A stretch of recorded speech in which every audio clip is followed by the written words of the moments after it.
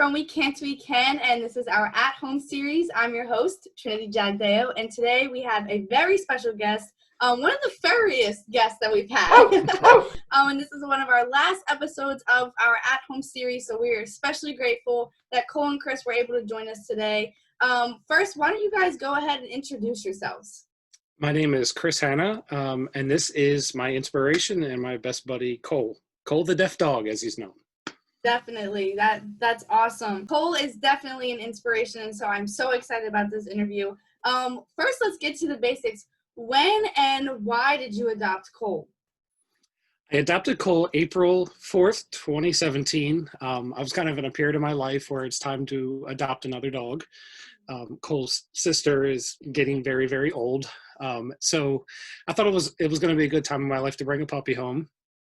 And the very first puppy that I saw on the South Jersey Regional Animal Shelter website said special needs.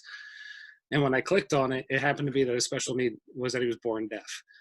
So he was about 4.5 months old at the time. So when I first met him, I fell in love instantly. And I have a deaf nephew who is about to turn 13 in 2 days. He was 9 years old at the time. So he's kind of my inspiration for originally adopting Cole. Wow, that's awesome. So did you know that you were going to start signing to him and teaching sign language, or did that kind of just pop up? The whole concept of the sign language was something that when I first met Cole, I kind of hoped it, but my nephew would actually teach me the signs that I would turn around and teach Cole through training. The day that I adopted Cole, I actually saw my nephew that evening, and Cole wasn't home with me yet. It took about a week. So my nephew ran over and grabbed a tablet of paper and wrote, I think it was 28 different signs that I need to teach Cole. Oh. So he was like an integral part of the whole concept from the get-go. Wow. And was it easy for Cole to understand? He has a natural ability to learn very quickly.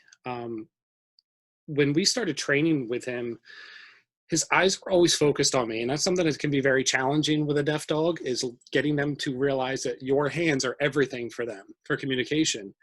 And he just had this ability that he was so in tune with me from the day that I brought him home that it was just instant bond between the two of us. So deaf dogs are called Velcro dogs, but he's Velcro to me, but I'm kind of Velcro to him too. So we've been pretty much inseparable ever since we met. That's awesome. So what have you guys done since you've adopted him? Because obviously you advocate for the disability community. So what are the different things that you guys do? The whole project is it's expanded in such a way that we never anticipated, we never planned. So we originally started coming to school as this little puppy. Even before he was home with me, I was showing all of my students at my school the pictures of Cole. They actually did a school-wide vote for his name. When I told them the story of the movie Mr. Holland's Opus about a music teacher with a deaf son named Cole, it was pretty much unanimous with the 600 kids. So the day that I adopted him, he actually came back to my school with me, and we were greeted with a lobby full of teachers and students who were already excited about this puppy they had never met in person. So the journey has just kept growing and growing and growing. And we started to realize the special bond that he has with kids. So that's why we pursued the therapy dog certifications. And from there, it's just expanded in so many amazing ways. It was helping kids with special needs. It was inspiring kids to understand about kids with special needs. But then it just blew up from there with the veteran work that we do. We volunteered, we're up to over 500 hours of volunteering with veterans in a little over 2.5 years. So that's a big part of what we do. We take on hospice patients. So he's a hospice therapy dog as well. But we really want to inspire kids to get out there and try to make a difference to somebody. You know, every little bit helps. Thank you. Yes, it's an incredible story. I actually heard about you guys a long time ago when I was younger, and now all these years later, I'm interviewing you. So that's really, really cool experience for me especially. But how has the pandemic changed the way you guys advocate?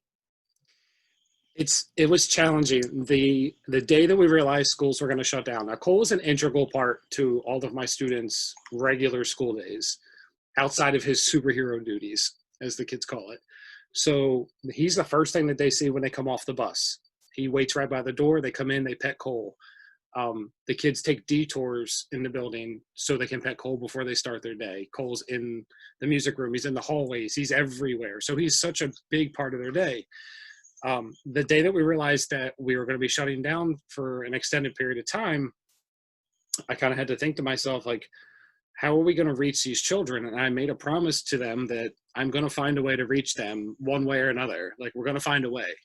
And I actually had a student, I looked at him, and it was one of the last classes of the day before the kids went home on the bus, and he was picking Cole's fur off of the ground. And I'm like, buddy, why are you picking Cole's fur up? And he was putting it in his pocket, and he said, because I want to take a piece of Cole home with me. Oh my gosh. Yeah, it ripped my heart out, but in a good way, because it means that we're making a difference to somebody. And then it's kind of funny how many kids I never realized were doing that same thing, because they all feel like they have a little piece of Cole. They all think that he's part their dog, and they're right. You know, so many kids refer to him as their puppy, and that's something that we love. So we promised them that we were going to find a way.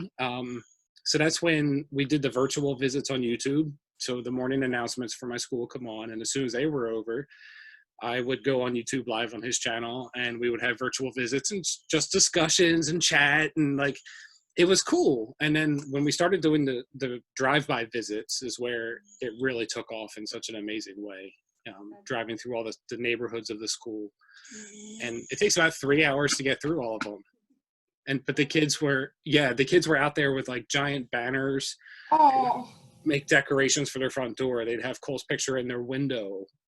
They'd be standing outside in their Cole t-shirts, like waving, and then he would be sitting in the passenger seat with Paul's hanging out the window and just beeping. I had music playing, and like it was so, I see this every day with him, like what all the work we do, but there's always something that happens that I'm set back by it, and I'm face to face with it. And that was, I shouldn't say a moment, because it was hours, but the way that it expanded in such an amazing way from just driving to see kids during a pandemic. And Right. That's when our lives kind of just started to just go insane with publicity and, What you guys are doing is absolutely incredible. I'm glad that, you continue to stick with it, and you guys continue to find ways to inspire people. So thank you. Talking about publicity and things like that. What was that experience like to be on Rachel Ray? I couldn't even spit it out. Okay, so we had spoken to them in August of last year. The production team reached out to us on Cole's page. We had discussions, and there was nothing said for a couple months, and I figured that they just decided to go a different route.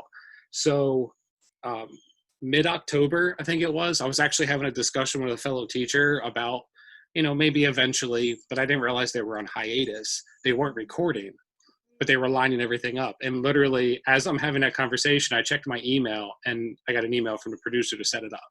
Wow. So the conversations with Rachel the night before, like texting the producers who were sitting with her and what they can do, and it was such an amazing experience, and it was like weeks of buildup. And I was a nervous wreck. This guy walked out like a total rock star, like completely unfazed. Like we were treated just like any other celebrity. We had a green room, and we were escorted from here to there, and walking out on set, like I drew a blank. So luckily my girlfriend was backstage recording the monitor, because when I came off stage, I legitimately didn't know anything that I said. I was like stone faced. I'm like, I walked out, I'm like, how did it go? Was it good? Like, and he was just so spot on, and she loved him. And it was an amazing, amazing day. I can only imagine. It was, from you seeing somebody from your town on something as big as that, it was like, what? They're in Rachel Ray. So that was really cool to watch, and even cooler for you to experience. I can only imagine I would have the same reaction. It's very humbling. It really is. It's nerve-wracking, but it's humbling. Right.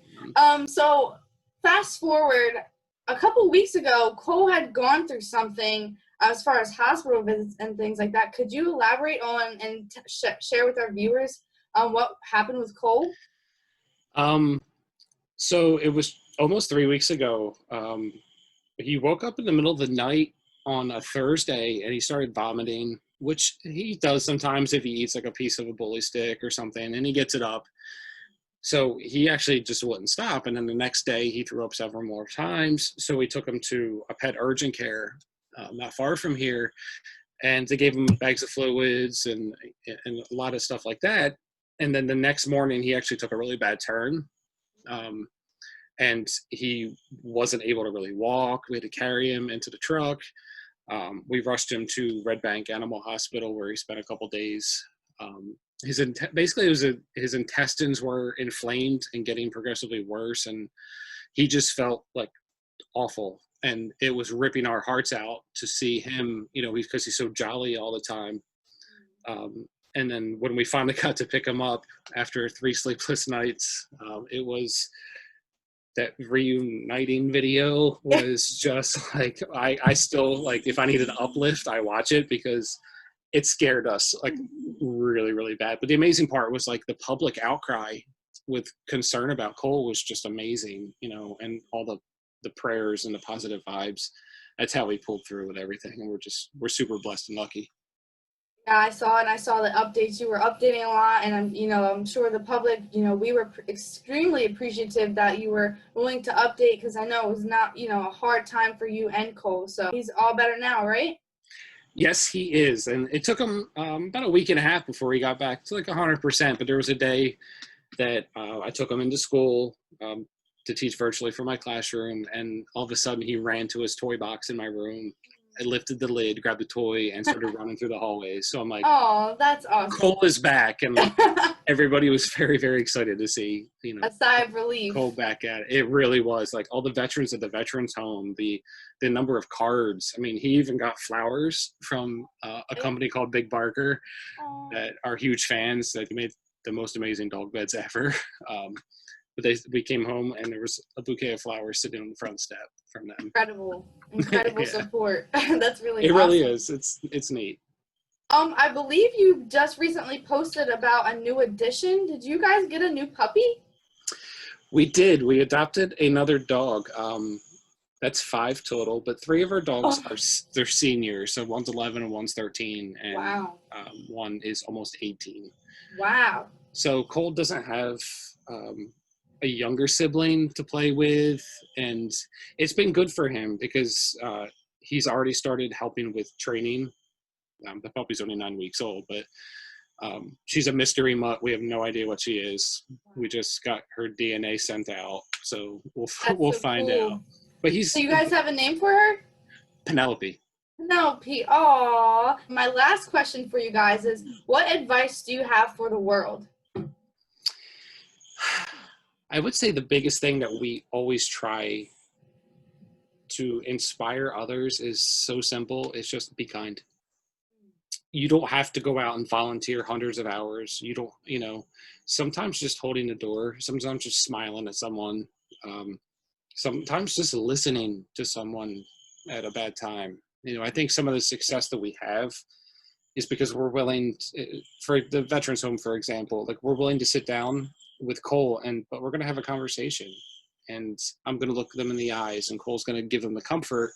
Or with a hospice patient, when Cole walks into a room, there's something very angelic about him.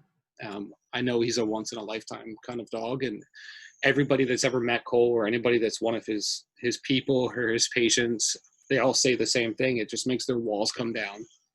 And then when the walls come down, you can have conversations. And that's when the ability to be kind is just, you can shine through it. And, and the acceptance goes with that. And there's so many ins and outs to just being kind, but just what can you do to make a difference to someone else? And that's what we hope we can inspire others to do.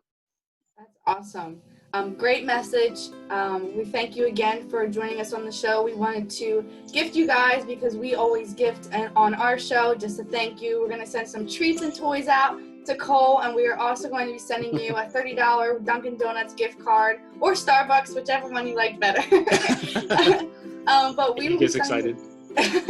We would definitely be sending that out to you guys just as a thank you for advocating and for being on our show, taking the time out of your busy schedule to talk to us and advocate. So thank you so much for joining us. Thank you, viewers, for tuning in, and thank you guys for your support and your donations for allowing this at-home series to happen. We've had a blast. We have been doing this since April. So thank you guys for joining us, and we will see you guys next time.